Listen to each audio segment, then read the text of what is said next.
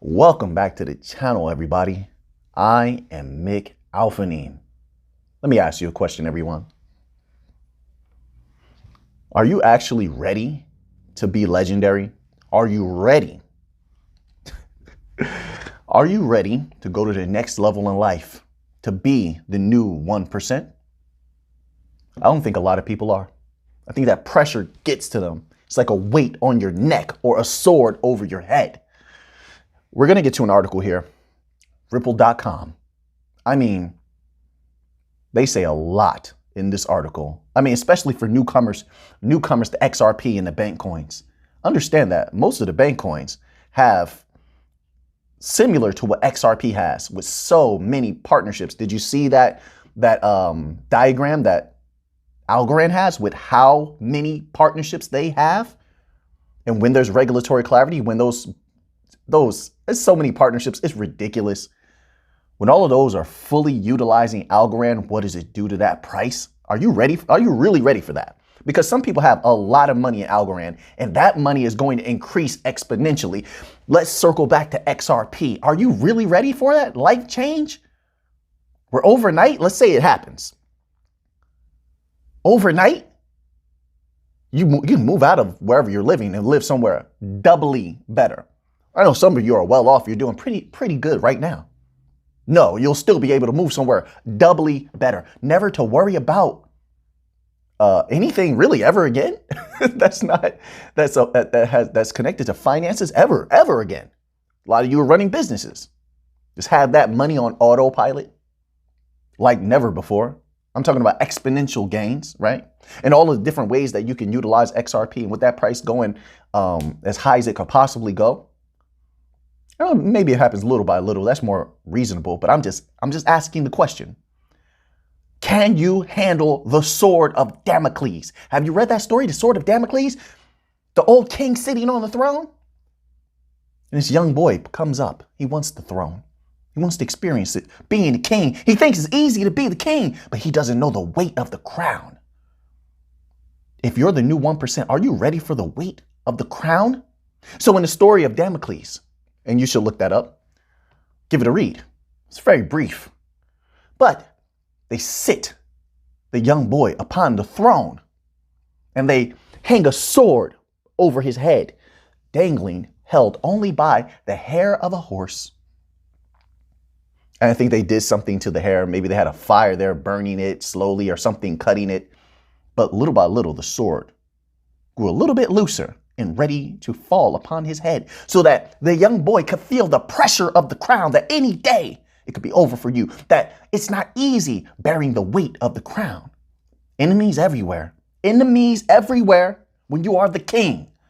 Are you ready for that? You ready?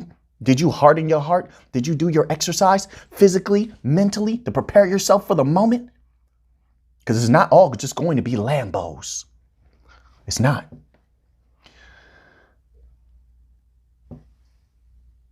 We have an article here. Let's begin here. This is on Ripple.com. It says, a lot has happened over the last decade. 10 years, 55 countries, and hundreds of financial institutions. Hundreds of financial institutions. That's Ripple's stat line. Look how they left the hundreds just sort of open-ended. Remember what they used to always say, like, oh, we have over 100 financial institutions, and you have Amazon corroborating that. Over 100 financial institutions signed up to use the XRPL already. They left it open-ended. They just said hundreds this time. Why? There's much more. A lot of them sign NDAs, non-disclosure agreements. They don't want anything said until they're ready to use these particular technologies. And I understand why. There are a lot of possible legal ramifications with the rabid dog known as the SEC roaming around ready to bite anybody who's tied to crypto, because they obviously, in my humble opinion, serve the legacy system. They didn't expect the fight. They didn't expect the warriors to step forward, whether it's Ripple or the XRP holders. They didn't expect the warriors to be there. They didn't expect us to be Spartans. They didn't expect us to be lions. Whether it's XLM, XRP, Algorand, they didn't expect that. They thought they were going to back us into the corner, back us into that small space between the mountains, never realizing that there was going to be many King Leonidases in spirit, in mind, who scream out to the Spartans, the XRP army, the XRP holders, to prepare for glory. While the guy runs up to us, but King Leonidas, there's no glory to be had here. We'll all be killed. That's easy for you to say. Easy decision for a Spartan. No retreat, no surrender. They didn't expect that we prepared for glory. Oh, Alpha Neem is prepared for glory. No retreat, no surrender. I'm not going anywhere. I'm going to see it through to the end. I keep telling you that. But see, you guys don't understand. This is not repetition. There's so many new fudders. Every day in the comment sections, every day on Twitter, every day in your email, so many fudders. You would never believe. So I have to reiterate my solidarity. I feel good roaring like a lion. Every once in a while, I'm an old lion, but the lion still has to roar, bare his teeth every once in a while. Feels good, feels good. And we are prepared for glory. We will not back down. We shall have victory. And it's not just a victory when it comes to the XRP. Don't worry, we're going to get back to the article. Vibe with me a little bit. It's a victory for what is to come. To have a hand in shaping the world as we see fit with what is to come. We were prepared for the throne, the pressures, the sword over our heads. And hopefully in the future, the things that we see fit to change, we can change the world for the better. For the better. You will have the power. If everything goes according to plan, you will have the power. It's not just about money. Money is just a pathway. A pathway to where is the question? To where? What is the end goal? Is there a goal? Or is the path the goal for you? That's up for you to decide. But nonetheless, if everything goes according to plan, you will be able to exact the changes in the world that you wanted to see. What is it you wanted to make better? What can make life a little bit better for your family? Maybe it's your community. Who knows? Who knows? The ones you love, you could change their lives forever. You could change the world forever. And maybe for a few of you out there, you're like me. You want your name written in the history books, etched into stones, to live forever. That's not a joke. So maybe a few of you are even like that. And we will actually achieve immortality of our names. Have our names be good for thousands of years. Who knows? Anything's possible. Some of us are warriors like that. Some of us are Achilles. Some of us are King Leonidas. Some of us are conquerors. We were never allowed to conquer the way that we wanted to. Sure, we stepped on a wrestling mat. We stepped in the jiu-jitsu gym. We did MMA. We did boxing. No. It takes a great war, like the War of Troy, to really live forever. The SEC case is our great war. Our great war. Sometimes it's mentally as well. For a lot of holders, the war is mental. Every day they are besieged by fudders, by the ones who hate XRP. We rebel. We want freedom. We are the ones who, you can't tell us what to do. We come and go as we please. We make our own way. We run our own businesses. We call our own shots. That's us. We cannot deny our nature. We cannot. We were born for this. Let's continue on with the article.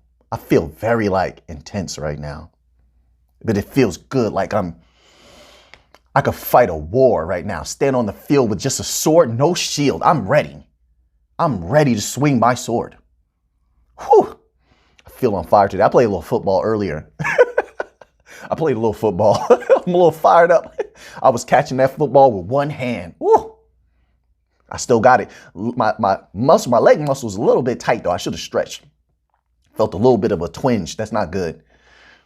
I got out there thinking I was young again. All these jukes. Let's get back to the article. Collectively, it demonstrates a vibrant history of innovation and success in crypto and blockchain. Individually, the numbers represent tried and true, cherished customer and partner relationships that have helped pioneer the space, spanning a diverse range of use cases, geographies, regulatory environments. Partners, and these are small fries. They're big, but compared to who Ripple really has, if you know, you know. If you've done your research, you know where they're going, you know who they're working with, you know what councils they're on. So compared to that, these are small fries, but listen to their small fries. Partners like Siam Commercial Bank. Money, money, money, money. Rely on Ripple to power instant, low-cost cross-border payments in Thailand and the broader region. Oh, that so good. That area is going to be exploding. While with Ripple, SCB boasts 1 minute end-to-end processing times, 80,000 monthly transactions, and 400 million in monthly person-to-person remittance settlements. And partners like Neum that use Ripple to process real-time transactions, real-time transactions in Southeast Asia, another corridor.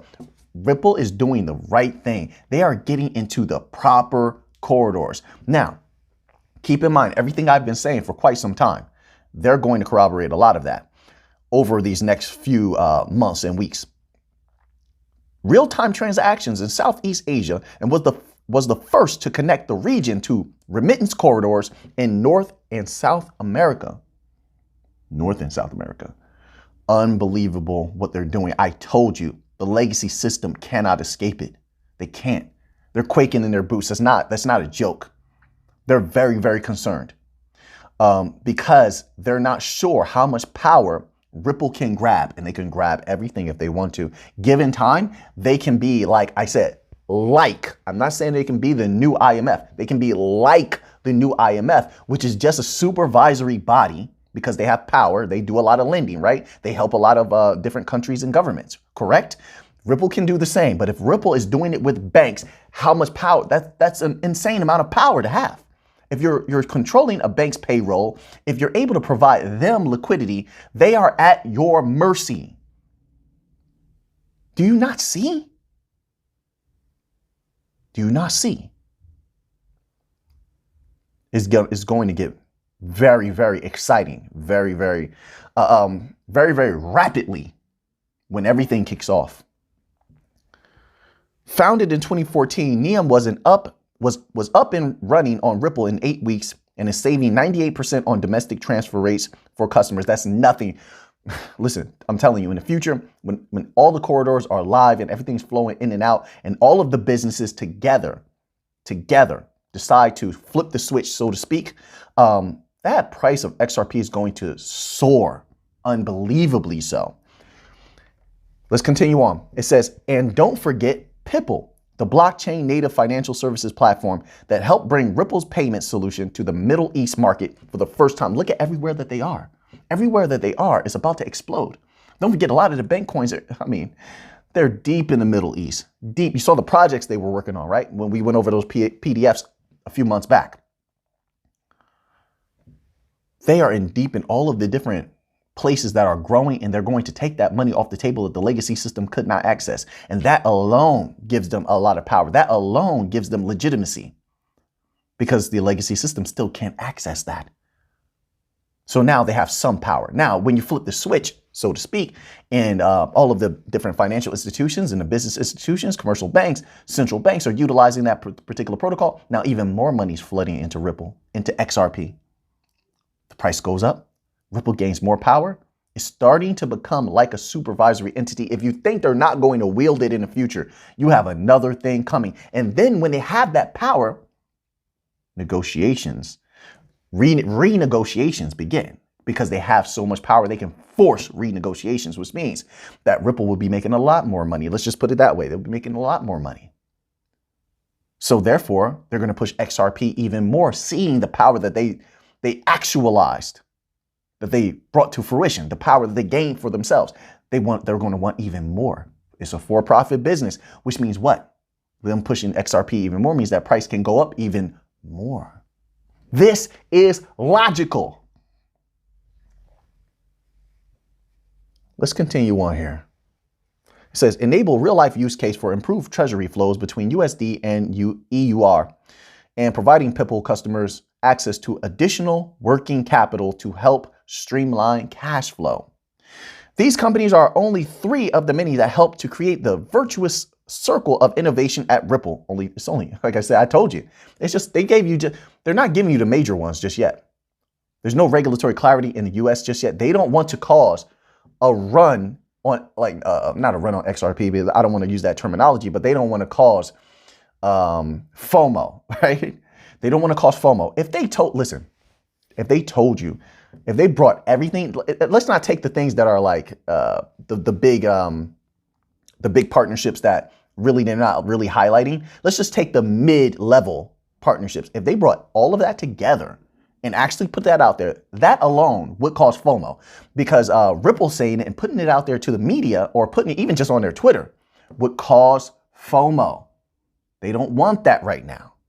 A lot of the bank coins don't want that right now. That's why they're either being, some of the bank coins are silent, and then you have ones like Ripple, they're highlighting a little bit of the positive, but not enough to cause FOMO. And some of the bank coins are just highlighting other things to take your mind off of the CBDCs they're trying to work on, the national digital currencies, the government infrastructures they're working on. Nope, the other bank coins pay attention to the strategy. They're highlighting their NFTs. And do you really think, even though they're connected to certain banks, some of these other bank coins, do you really believe that NFTs are the most exciting thing they have going on? Or do you believe that they're working over here while they direct your attention over there? Because the attention over there, it's not going to cause FOMO. Like, yeah, they're doing great, and maybe I want to do some low-cost NFT trading or something like that, or sell some NFTs at with a low transaction rates and fees and stuff like that. Sure, make some good money. That's not going to cause FOMO. But if you looked in that direction over there with how they're setting up infrastructures around the world, and you can probably find a lot of that. We've gone over some of those things. The possible access that they have via these entities that are building on their blockchains. Oh, by the way, I have an Algorand video. I was going to make it a regular video. I put it in the members only section, so all of the members have had days to watch it already. There's a new Algorand video I just put in the members only section. Was the entry level fee like $3 or something like that, or $4? I don't know. It's something real low. It's nothing. But that video is impactful. And if you're an Algorand holder, listen, I try to think different. You do know that, right? I think different. And I try to bring you something that's significant. There's a connection that if something comes to fruition, it's going to be huge for Algorand. I'm just going to leave it at that. If you want to know more, you watch that video in the members only section. If you're a member also, a lot of members don't really check the feed, or sometimes the feed gets buried. A post might get buried because you probably have so many subscriptions, right? Go to that communities tab, scroll down if you're already a member, and you can give that video a watch. All right. I'm going to be putting out another one in the next few days. All right. It was pretty good. It was really good. So that's the Algorand video, that I was talking about before that I was going to release. I just put it in the members only section for those guys over there. Those people definitely deserve it. They're literally keeping the channel alive. There's something here that they put like a time. I'm trying to find where they had that. I didn't highlight it. Let's read this little tidbit here. It is this cycle that helped give rise to the success of our on-demand liquidity solution, which now has near global coverage in 22 destination markets. On-demand liquidity, like so many people still not taking this serious. On-demand, it's a liquidity pool. It's a liquidity pool. So many people are trying to do mental gymnastics and try to relabel it or something like that. And, as though liquidity pools are, I don't know. I don't know why they're doing it, but this is a liquidity pool, which means that if XRP is the liquidity, that price is going to skyrocket. There's nothing anybody can do to really stop it. I mean, they've slowed it down a bit because of the SEC, but that's only because we want that American money. We want that United States money. That's the only reason why it slowed down. So certain things have to be held off until then. We don't want to shake the boat too much, so to speak, right? But that's it.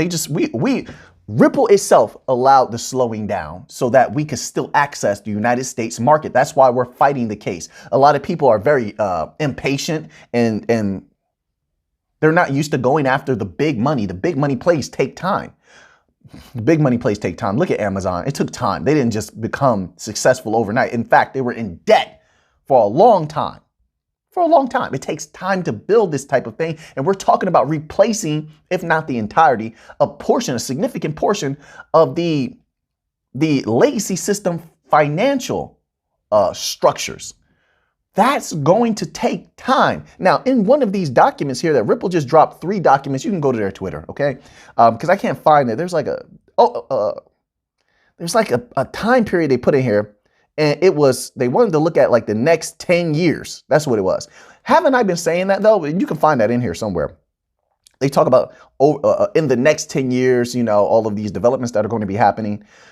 Haven't I been saying that? See, and I've been saying that a lot of the corridors over the next 10 to 15 years. You've heard me say that, right?